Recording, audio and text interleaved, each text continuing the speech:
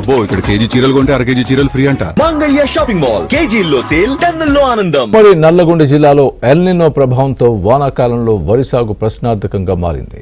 Sagar project dead స్టోరేజీకి చేరువ కావడంతో తాగునీటి అవసరాలకే నీరు సరిపోనుంది.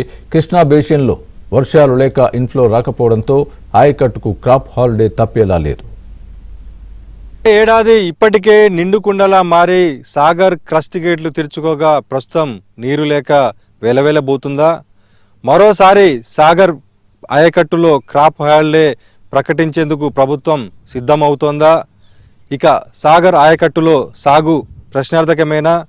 ఉమ్మడి నల్గొండ జిల్లాలో ఎలినినో ఎఫెక్ట్ ఎడారిగా మార్చబోతుందా? ఇవాల్టి ఏబిఎన్ ఫోకస్లో చూద్దాం. సాగర్ ప్రాజెక్టు పూర్తిస్థాయి నీటిమట్టం 590 అడుగులకు గాను ప్రస్తుత నీటిమట్టం 513.10 అడుగులకు పడిపోయింది. ఉన్న నీరు జంట నగరాలకు నల్గొండ జిల్లా తాగునీటి అవసరాల కోసం వినియోగించే అవకాశం ఉంది. సాగర్ ఎడమ కాలువ కింద ఉమ్మడి నల్లగొండ, ఖమ్మం జిల్లాల్లో మొత్తంగా 6.40 లక్షల ఎకరాలు ఉండగా ఈ సీజన్లో కనీసం 1 ఎకరా కూడా నీరిచ్చే పరిస్థితి కనిపించడం లేదు.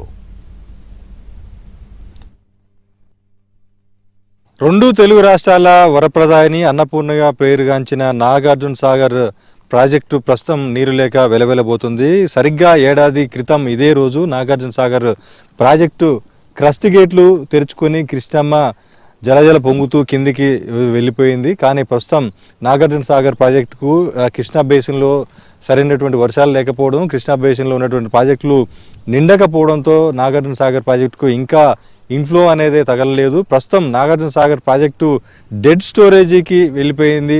510 అడుగుల డెడ్ స్టోరేజ్, కేవలం 3 అడుగుల మాత్రమే డెడ్ స్టోరేజ్కి చేరువలో నాగార్జున సాగర్ ప్రాజెక్టు ఉంది. ఈ ప్రాజెక్టులో ఉన్నటువంటి నీరును కేవలం సాగునీటికి కాకుండా తాగునీటికి మాత్రమే ఉపయోగించేందుకు అయితే వీలుందని ఇప్పటికే ఇటు పాలకులు ఇటు అధికారులు చెబుతున్నారు. కోట్లాది మంది ప్రజలకు తాగునీరుని, లక్షలాది మంది ప్రజల సాగునీరుని అందించేటటువంటి నాగార్జున సాగర్ ప్రాజెక్టుకు సరైనటువంటి కృష్ణా బేసిన్ నుంచి వచ్చేటటువంటి వాటర్ రాకపోవడం, వర్షాలు కురవకపోవడం, ఎల్నినో ఎఫెక్ట్తో సాగర్ ఆయకట్టు మొత్తం కూడా రైతాంగం సాగు ప్రశ్నార్థకంగా మారినటువంటి పరిస్థితి అయితే ఉమ్మడి నల్గొండ జిల్లాలో కనిపిస్తుంది. ఎక్కువగా నల్గొండ జిల్లాలోనే సాగర్ ఆయకట్టులో 1,46,000 ఎకరాల్లో వరి సాగు చేస్తారు. కానీ ఈసారి ఎల్నినో ఎఫెక్ట్ వల్ల సాగర్ ప్రాజెక్టు నిండకపోవడం వల్ల కేవలం 2 నుంచి 5% వరకు మాత్రమే, అది కూడా బోర్లు సౌకర్యం ఉన్నవారు మాత్రమే వరి సాగు చేస్తున్నారు. ఇప్పటికే ఇటు అధికారులు కావచ్చు ఇటు పాలకులు కావచ్చు